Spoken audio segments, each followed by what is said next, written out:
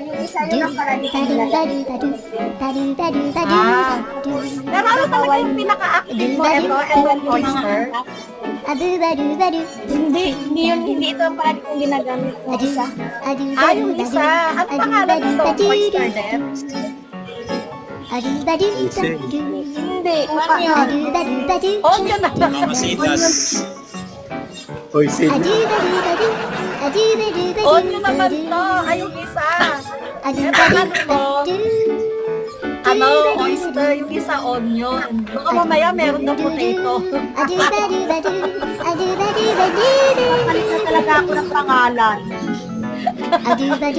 Joke lang. Babe, di ba? Huwag ka muna matulog yan. May share ka.